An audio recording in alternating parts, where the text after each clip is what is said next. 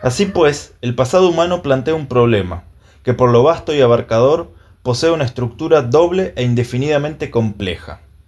Cabría aplicar al objeto de la historia el doble infinito que postulara Pascal, pero me limitaré a sugerir esta posibilidad. Es suficiente que nos rozara su vértigo. Si este programa de la historia plantea un problema de semejante envergadura, ¿qué espíritu se puede proclamar capaz de abarcarlo? Respondemos que ese espíritu existe. Es Dios nuestro Señor, Yahvé, cuya sabiduría no creado es en sí misma espíritu inteligente, sutil, ágil, penetrante, clara, incisiva, incoercible, sólida y segura, capaz de todo, que domina todo, que penetra todo. Conviene que el filósofo se detenga y pronuncie con veneración el nombre inefable. Esa meditación bastará para alejar la más peligrosa de las tentaciones, aquella que no cesa de acechar a toda la filosofía de la historia, el error fatal, el pecado de la desmesura, la hibris. El historiador debe recordar a tiempo que no es más que un hombre, y que conviene a los mortales pensar como mortales. Así lo expresaron los griegos. He hablado como cristiano, pero la fórmula de Eurípides muestra que esta verdad posee valor absoluto. En todo Occidente se impone la referencia al pensamiento cristiano, como lo demuestra Aarón, que se siente obligado a escribir, comillas, únicamente Dios podría pesar el valor de todos los actos, poner en su lugar episodios contradictorios, unificar el carácter y la conducta. Esta noción de verdad absoluta ha de desaparecer con la teología. Cierro comillas. De hecho, no desaparece, ya que siempre se la puede concebir como posible, pero el teólogo, cristiano o no, mejor dicho, el filósofo, la declara inaccesible a la condición humana.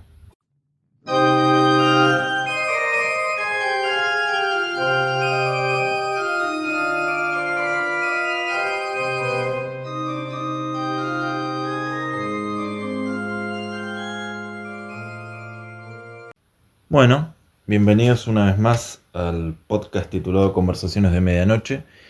En este caso voy a tratar a un francés, Henri Marroc, un libro que se llama Del conocimiento histórico. La biografía de Marroc, resumida rápidamente, nació en 1904, murió en 1977, fue un historiador especializado en la antigüedad tardía francesa, en el cristianismo primitivo, entre otras muchas cosas.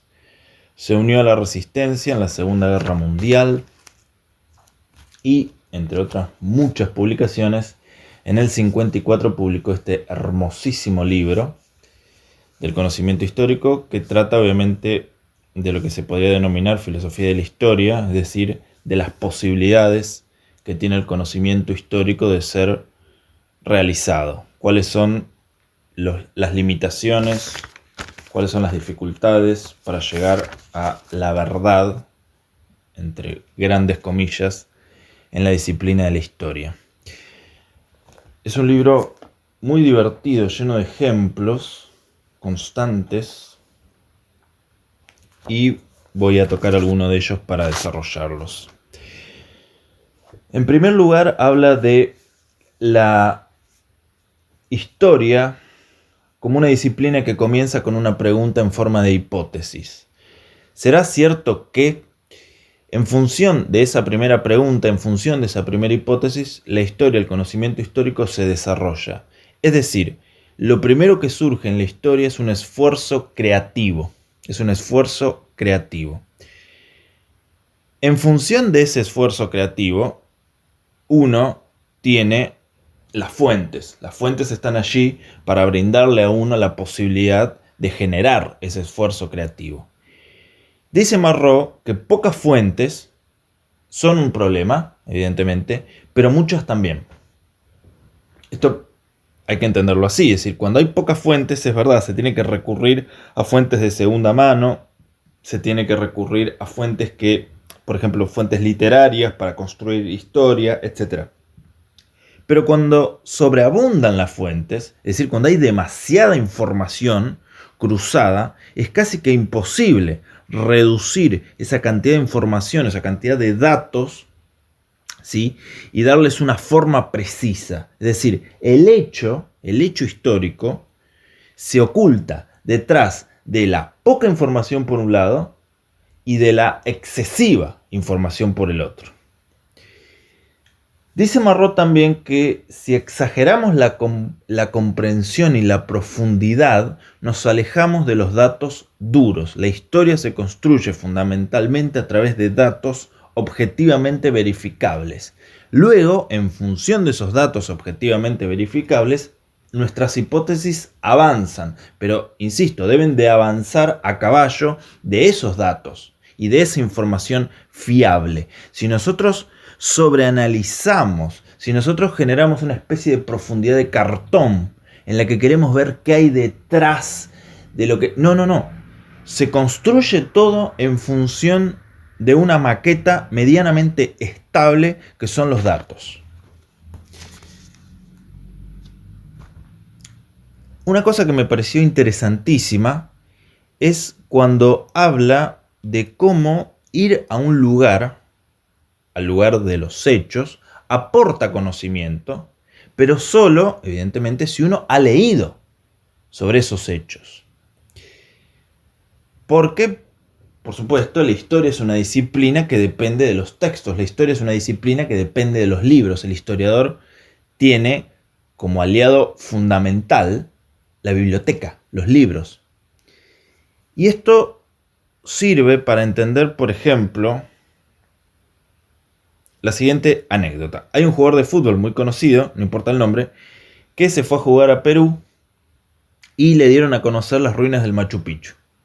Lo que él dijo es: me puse por delante de las piedras, vi piedras, nada más, las miré 30 segundos, me aburrí, bajé y me fui a tomar un bar cercano.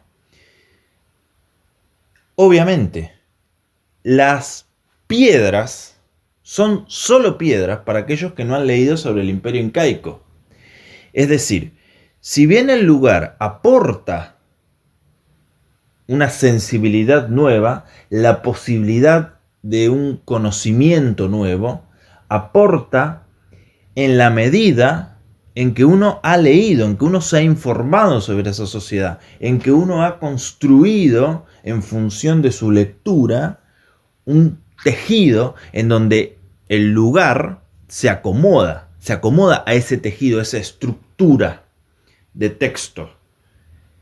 Si por otra parte eso no sucede, digamos, el conocimiento, la profundidad, no vienen solos. Es decir, uno puede estar en el lugar y puede mirar, pero, insisto, si uno no tiene una información previa, esas son piedras. Esas piedras no cobran vida por sí mismas. Esas piedras necesitan del bagaje cultural e intelectual que uno lleva.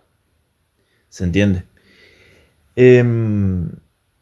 Dice Marró también que la historia que sigue, evidentemente, al hombre, que sigue el peregrinar del hombre, se asemeja a seguir una huella. Es como seguir la huella de un animal. Mientras que un animal deja huellas tanto de pisadas, como de excremento fosilizado, como de lo que sea, el hombre va dejando detrás de sí arquitectura, ¿no? Escultura, pintura, arte, textos, ciudades.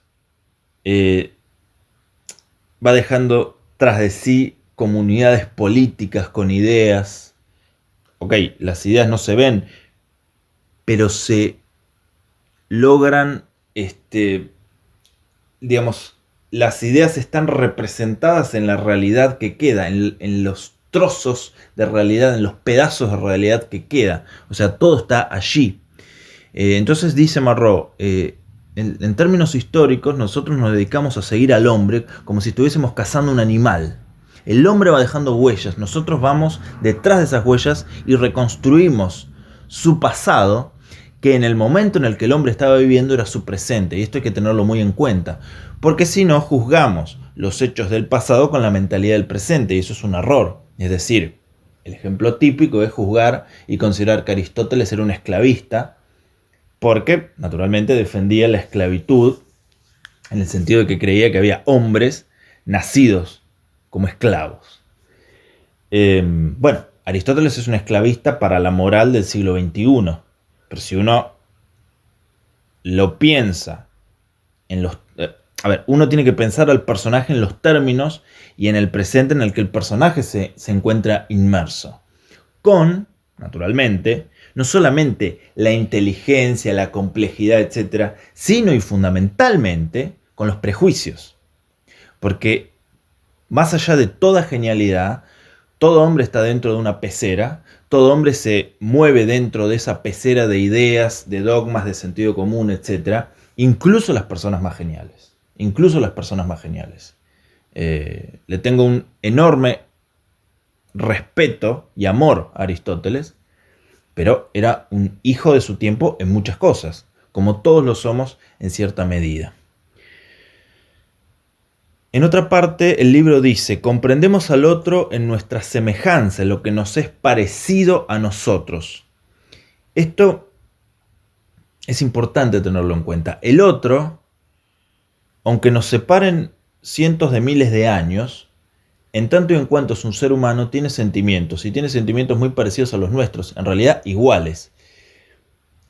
Es la razón por la cual las obras de teatro de los griegos, por poner un ejemplo, siguen siendo tan actuales, porque tocan temas que todas las sociedades enfrentan, problemas que todas las sociedades enfrentan, la muerte de un hijo, la muerte de un padre, la traición de un hermano, etc. Son universales, son universales. Luego es cierto que el hombre tiene una sociedad, el hombre tiene una serie de instituciones, el hombre tiene una serie de prejuicios, de normas, etcétera, etcétera, que varían con el tiempo. Pero estos sentimientos se encuentran inscriptos en nuestro propio ADN.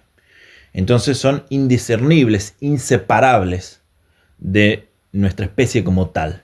Entonces dice Marró, nosotros estudiamos el pasado y estamos estudiando hombres que, insisto, por un lado, hay que meterse en esa sociedad que estamos estudiando y entenderla en función de sus prejuicios, sus limitantes, etc. Eso por un lado. Pero por el otro lado, no dejar de ver que son hombres, que son seres humanos, que sufren lo mismo que nosotros podemos sufrir. Y eso es una ventaja. Unamuno empieza citando a otro filósofo, no recuerdo quién es en este momento, empieza del sentimiento trágico de la vida, citando a un filósofo diciendo, soy hombre, a ningún otro estimo extraño. Es decir, Unamuno lo va a decir, lo que quiere decir es, soy hombre, sé que los hombres tienen miedo a la muerte, entonces todos tenemos ese miedo común. Soy hombre y entiendo cómo los otros hombres piensan. Bueno, en fin, esa es la razón por la cual obras que nos separan mucho tiempo nos siguen conmoviendo, porque tocan temas fundamentales.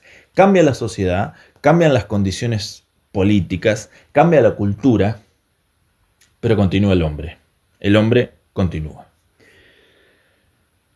Luego da una serie de, por ejemplo, una recomendación, que es que no hay que torturar el documento, dice Marró.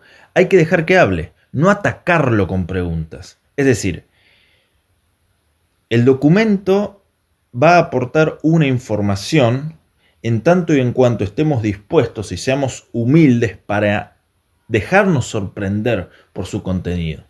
Si uno, antes de que el contenido nos aparezca, lo diseccionamos en 20.000 pedazos, lo reducimos a cenizas, a escombros, bueno, no estamos dejando que el documento hable. Es decir, hay un punto, un elemento en el que es importante considerar que el documento tiene la primera palabra. La primera palabra es del documento. El discurso primero viene del documento. Luego, bueno, uno le coloca sus categorías y demás, pero primero tiene que hablar el documento. Eso es muy importante.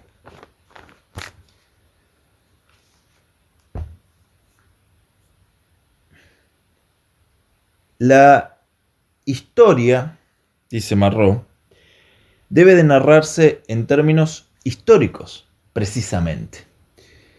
Hay un ejemplo que va a poner en la página 102, que es muy interesante, que dice lo siguiente. ¿Cómo se narraría la muerte de Julio César, no en términos históricos, sino por poner un ejemplo, en términos más bien cosmológicos. Dice, retomando el ejemplo del asesinato de Julio César, podremos ver sin dificultad qué significa conocer este episodio del pasado, internándose en las cosas en sí mismas. A costa de muchos esfuerzos se llegaría a lo sumo a un relato como el siguiente. En un instante del devenir del universo, identificable en función de la presención de los equinoccios y movimientos aparentes de la luna y el sol, en un punto de la superficie terrestre definido por las coordenadas X de latitud norte y de longitud este de Greenwich, dentro de un espacio cerrado con forma de paralelepípedo rectangular, donde se encontraban reunidos alrededor de 300 individuos macho de la especie Homo sapiens, ingresó, describiendo una trayectoria rectilínea, un nuevo individuo perteneciente a la misma especie.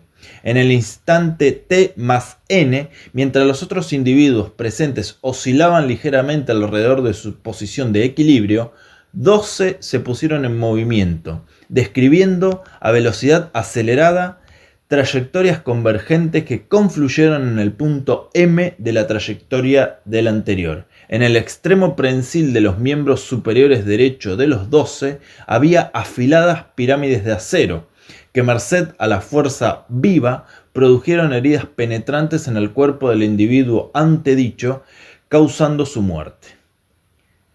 Y aquí nos explica un poco lo que quiere decir Marro con esto. El relato anterior muestra con claridad que no aprehendemos las cosas directamente como realmente ocurrieron, sino que las pensamos, las aprehendemos mediante conceptos seleccionados entre todos los que el hombre elaboró con vistas a construir las ciencias naturales, la mecánica, la biología, etc. Estos conceptos resultantes de un proceso de esquematización, lejos de permitir una aprehensión más directa del pasado, o sea, lejos de facilitarnos la comprensión del pasado, solo ofrecen una imagen mutilada de la realidad humana. Aunque sabemos que esta realidad posee una riqueza inagotable, para reflejarla más precisa y completamente será necesario complementar los conceptos científicos con toda una serie de conceptos específicamente humanos, como serían, para el ejemplo presentado, los de república, monarquía, aristocracia, legalidad, dictador, senado, nobilitas, conspiración, ambición, libertad, ingratitud, desesperación. Estos conceptos no solo permiten aprender mejor la realidad histórica, sino que le otorgan una estructura altamente inteligible. Evidentemente porque, insisto, la realidad histórica debe de ser narrada en función de los conceptos propiamente históricos. Y es necesario tomar de ellos no solamente el nombre, porque claro, un concepto no se mantiene igual, un concepto varía con el tiempo, entonces no es solamente el nombre, un concepto está cargado, un significante está cargado de un significado, ¿no? Si es que lo dije bien, porque no conozco mucho la lingüística, pero un concepto tiene un significado detrás, un peso específico que se modifica a través del tiempo. Entonces es importante entender lo que era la dictadura, por ejemplo, en los tiempos de Julio César. De hecho, de ahí viene. De lo que es una dictadura moderna, etc. Entonces es muy importante eso. La descripción objetiva de un hecho, pero tomando elementos que no son históricos, ni protohistóricos, sino que son extrahistóricos, que están en otras disciplinas, hace ese hecho incomprensible, dice Marro. También quería leer una parte, la página 168, en donde insta al historiador a conocer sus límites, a conocer sus posibilidades. Dice Marro: conócete a ti mismo, aprende a conocerte tal como eres, que no te arrende el reconocimiento de tus limitaciones. Eres solo hombre, no Dios. Puedes saber algo del pasado, no todo. Sé humilde, no alimentes ilusiones desmedidas. Aprende a medir tus posibilidades y la dimensión de tu vida. Acepta de buen grado, de todos modos son ineludibles, los condicionamientos lógicos y técnicos que pesan sobre tu esfuerzo, fijan sus límites y determinan su campo de aplicación.